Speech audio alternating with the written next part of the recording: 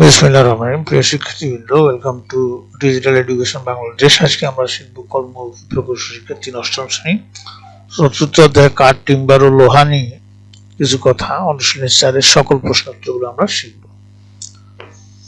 তো 1 নম্বর, এটা অতি সংক্ষিপ্ত প্রশ্ন হলো যে ভালো কাঠের, এখানে অতি সংক্ষিপ্ত প্রশ্ন, ভালো কাঠের আঁশবিন্যাস কেমন? উত্তর হলো যে ভালো কাঠের আঁশগুলো ঘন এবং সুবিন্যস্ত হয়। লোহা কি পদার্থ?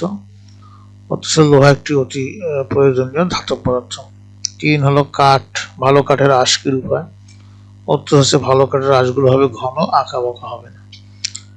4 নম্বর, সার কাঠ কোথা হতে সংগৃহীত হয়? উত্তর হলো সার কাঠ বা টিম্বার মূলত গাছের প্রধান কাণ্ড বা বড় বড় শাখা প্রশাখা থেকে সংগৃহীত হয়।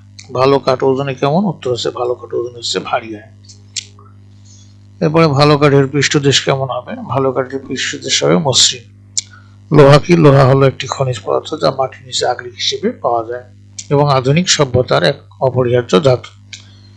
ডিফর্মড বার কি? উত্তর হলো যে সকল লোহার রড বা বারের গায়ে খাঁজ কাটা থাকে বা রিব থাকে সেগুলোকে ডিফর্মড বার বলে। এগুলো সাধারণত ঢালাই কাজে কংক্রিটের সাথে বন্ধন মজবুত করার জন্য ব্যবহৃত হয়।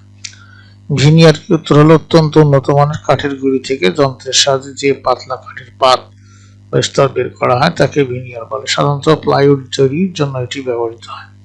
প্রকৃতিতে লোহা কি লোহা মুক্ত অবস্থায় পাওয়া যায়? প্রকৃতিতে কি লোহা মুক্ত অবস্থায় পাওয়া যায়? না, প্রকৃতিতেও লোহা মুক্ত অবস্থায় পাওয়া যায় না। এটি সাধারণত খনিজ বা আকরিক হিসেবে মাটির নিচে থাকে। এরপরে সংক্ষিপ্ত প্রশ্ন উত্তর ছিল যে টিম্বার কাকে বলে? উত্তর হচ্ছে ব্যবহার উপযোগী কাঠকে সাধারণত টিম্বার বলা হয়, অর্থাৎ গাছ কাটার পর তার ডালপালা বা কাণ্ড থেকে যে কাঠ পাওয়া যায় এবং যা দিয়ে আসবাবপত্র, ঘরবাড়ি এবং অন্যান্য কাঠামো তৈরি করা যায় তাকে টিম্বার বলে। কাঠের জোর কেন দেওয়া হয়? উত্তর হচ্ছে প্রয়োজন অনুযায়ী লম্বা, চওড়া বা নির্দিষ্ট আকৃতির কাঠামো তৈরির জন্য ছোট বা সরু কাঠকে একত্রে যুক্ত করার প্রয়োজন হয়। মূলত কাঠের দৈর্ঘ্য বৃদ্ধি করতে, চওড়া বাড়াতে এবং কাঠামোর স্থায়িত্ব, মজবুত বন্ধন নিশ্চিত করার জন্য কাঠের জোর দেওয়া হয়। এরপরে প্রশ্ন ছিল কাঠের 5টি ব্যবহার লেখো। কাঠের 5টি বহুমুখী ব্যবহার হলো ঘরবাড়ি, দরজা, জানালা এবং ফ্রেম তৈরিতে, টেবিল, চেয়ার, খাট, আলমারিতে, আসবাবপত্র তৈরিতে, নৌকা, লঞ্চ, জাহাজের কাঠামো নির্মাণে, বৈদ্যুতিক খুঁটি, রেল লাইনের স্লিপার হিসেবে, জ্বালানি হিসেবে এবং প্লাইউড বা বোর্ড তৈরিতে।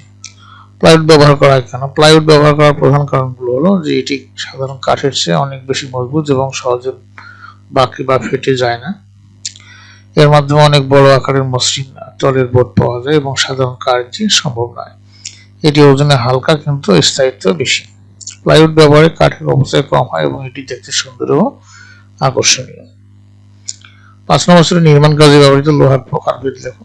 উত্তর, নির্মাণ কাজে সাধারণত কার্বন বা লোহার পরিমাণের উপর ভিত্তি করে লোহাকে সাধারণত 3 ভাগে ভাগ করা যায়, যথা হলো কাস্ট আয়রন বা ঢালাই লোহা, আর রড আয়রন বা পিট লোহা, আর হলো স্টিল বা ইস্পাত। নির্মাণ কাজে বর্তমানে মাইরিশিড ও ডিফর্মার বা সবচেয়ে বেশি ব্যবহৃত করা হয়। এখানে 3টা দেখানো হয়েছে। এটা হলো কাস্ট আয়রন, এটা হলো রড আয়রন, এটা হলো মাইল্ড স্টিল।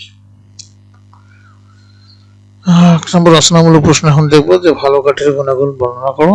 উত্তর হচ্ছে একটি উন্নত মানের বা ভালো কাঠের বেশ কিছু বৈশিষ্ট্য থেকে যা তাকে টেকসই এবং ব্যবহারযোগ্য করে তোলে। নিচে ভালো কাঠের গুণাগুণ দেওয়া হলো। একটা হলো আঁশ বিন্যাস। ভালো কাঠের আঁশগুলো সুবিন্যস্ত, ঘন এবং সোজা হয়। আঁশগুলো কখনোই আঁকা বাঁকা বা অগোছালো হবে না। ওজন, ভালো কাঠের সাধারণত ওজনে ভারী হয়। হালকা কাঠের জলীয় অংশ বেশি থাকে যা দ্রুত নষ্ট হওয়ার সম্ভাবনা থাকে। রং, পরিপক্ক ভালো কাঠের রং সাধারণত গাঢ় বাদামি হয়। শব্দ, দুটি কাঠের টুকরা দিয়ে পরস্পরকে আঘাত করলে যদি পরিষ্কার এবং তীক্ষ্ণ শব্দ উৎপন্ন হয় তাহলে বুঝতে হবে কাঠটি ভালো। পৃষ্ঠদেশ, ভালো কাঠের পৃষ্ঠদেশ মসৃণ এবং আঁশমুক্ত হবে। স্থায়িত্ব, ভালো কাঠ পোকামাকড় বা উইপোকা প্রতিরোধী হয় এবং প্রতিকূল আবহাওয়াতেও দীর্ঘকাল টিকে থাকে।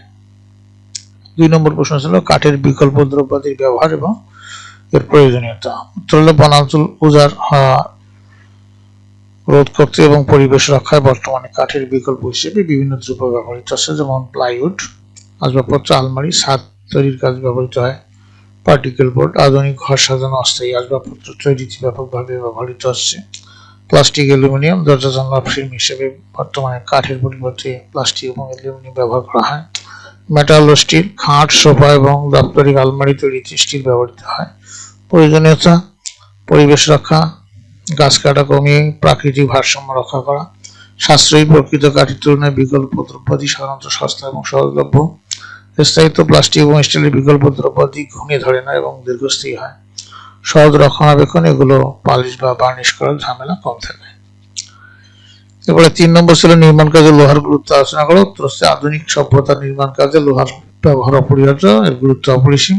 দৃঢ়তা প্রদান: ভবনের ভিত্তি কলম মজবুত করার জন্য লোহার রড এবং ডিফর্মার বার অপরিহার্য, এটি কংক্রিটের সাথে মিলে ভবনকে শক্তিশালী কাঠামো প্রদান করে। তারপরে হচ্ছে নিরাপত্তা: লোহা এবং ইস্পাত ভূমিকম্প সহনশীল কাঠামো নির্মাণে বড় ভূমিকা রাখে, এটি সহজে ভাঙে না বা বরং চাপ সহ্য করতে পারে। দ্বারা দীর্ঘস্থায়িত্ব: লোহার তৈরি কাঠামো সঠিকভাবে রক্ষণাবেক্ষণ করলে শত শত বছর টিকে থাকে। রেল লাইন, বড় বড় ব্রিজ বা সেতু নির্মাণে লোহা ছাড়া কল্পনা করা সম্ভব নয়। বহুমুখী ব্যবহার: গ্রিল, কলাপসিবল গেট বা দরজা জানালার পাল্লা এবং ছাদের ঢালাই লোহার ব্যবহার নির্মাণ কাজকে যেমন নিরাপদ করে তেমনি সুন্দর করে। শিল্পায়ন: বড় বড় শিল্প কারখানায় শেড এবং ভারী যন্ত্রপাতি বসানোর জন্য লোহার তৈরি বিম বা অ্যাঙ্গেল অপরিহার্য। প্রিয় শিক্ষার্থীবৃন্দ, এই ছিল আমাদের চতুর্থ অধ্যায়ের সমস্ত প্রশ্নোত্তর। তো তোমাদের সবাইকে থ্যাংক ইউ। পরবর্তী ক্লাসে আমন্ত্রণ জানিয়ে আজকে এখানেই বিদায় নিচ্ছি। কথা